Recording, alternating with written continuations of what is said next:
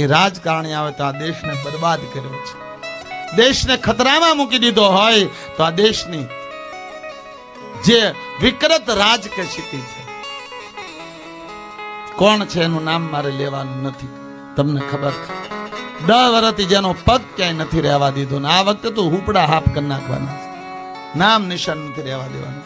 જેટલા કૂતરાઓ ભેગા થયા છે ને એ બધાયને એક રૂમમાં પૂરી આ દેશ સુરક્ષિત હોય, આ દેશ હું તમે સુખની નીંદ સુઈ શકતા હોય, ભારત આઝાદ હોય તો એનો યશ તમે કોને આપો છો?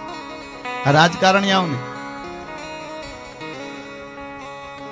રાજકારણીનું નામ આવે ને ત્યાં લોહી ઉકળી જાય મારું. અત્યારે હું ખબર આ લોકો હું ખાઈને જીવે, એટલું કડવું બોલે. ક્યારેક ક્યારેક એમ થાય કે આની કરતા 100 થી 50% રાજકીયો, બધાય નહીં. નકામો આમાં કોઈ કશે કાટલો પકડશે, બધાય રાજકીયો નહીં. 100 થી 60% આ દેશ માટે એવી બીમારી છે ને કે શું કહું. દેશને બગાડ્યો હોય, દેશને બરબાદ કર્યો હોય તો રાજકારણીઓ 100% એમાં એનું નામ જોડાય. પણ આ દેશને સલામત રાખવા માટે હું રાજકારણીઓને બિલકુલ યશ ના આપું, જરા પણ નહીં, સહેજ પણ નહીં.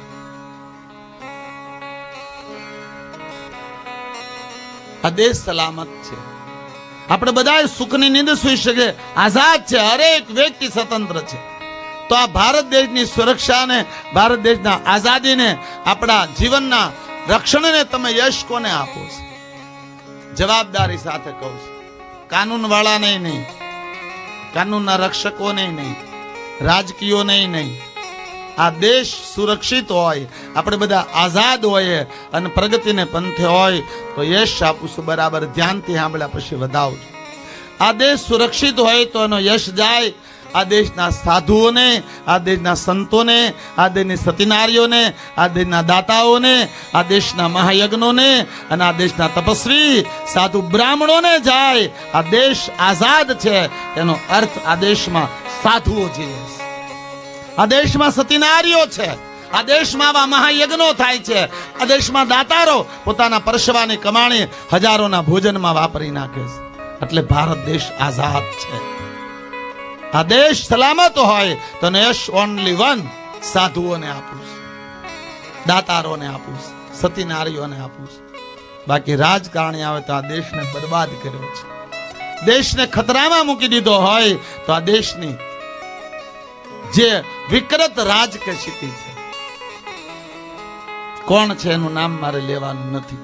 તમને ખબર છે 10 વર્ષથી જેનો પગ ક્યાંય નથી રહેવા દીધો ને આ વખતે તો હુપડા હાફ કરી નાખવાના છે, નામ નિશાન નથી રહેવા દેવાનું.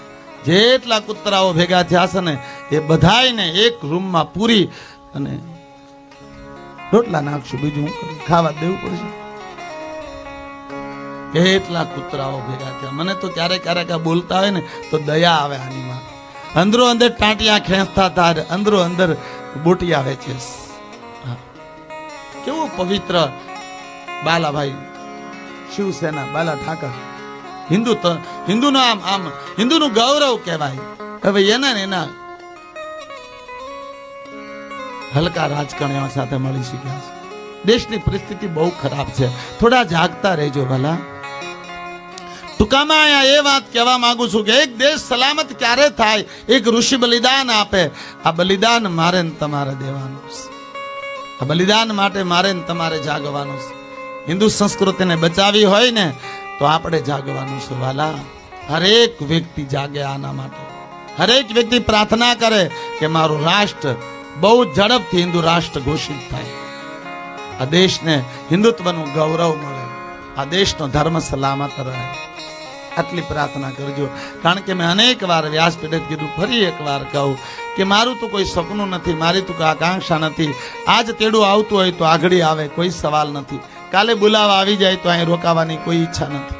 પણ આ દેશમાં 370 હટે એ મારું સપનું હતું. કારણ કે હું દુનિયા રખડું છું. આપણા માથામાં હડો હતો, કાશ્મીર આઝાદ થયું. 2 આ દેશમાં જે આપણો ઈષ્ટ સનાતન ધર્મનો રામ, એનું રામ મંદિર બને અને ભગવાનની દયાથી બની ગયું. કાર સેવકોમાં અમે બલિદાન આપ્યું. આપણે ક્યાંય નામે નથી લીધું પણ વળ બહુ ખાધા હતા.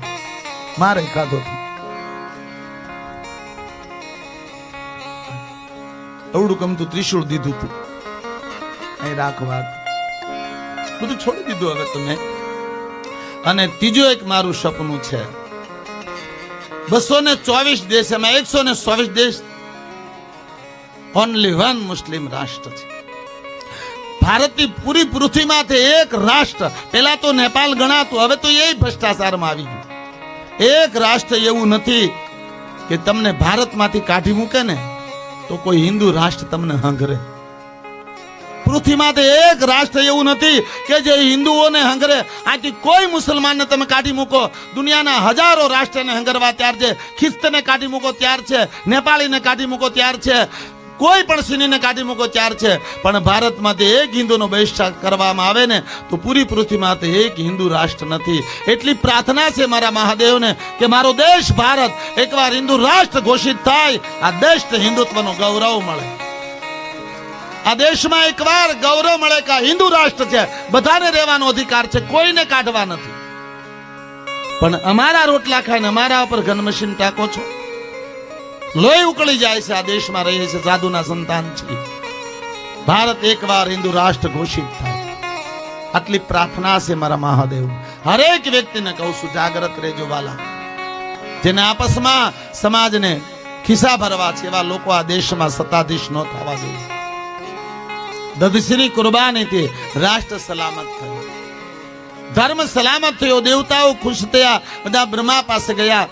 રાજ્યાભિષેક તમામ અહીંયા સુવર્ષા પોતાના આશ્રમમાં આવ્યા તો પોતાના પતિને શિવલોક ગમન કરેલું જોયું, સહન ન થયું. પોતાના પતિને શિવલોક ગમન કરેલું જોયું, આંખ બંધ કરી તો દેવતાએ પોતાના સ્વાર્થ માટે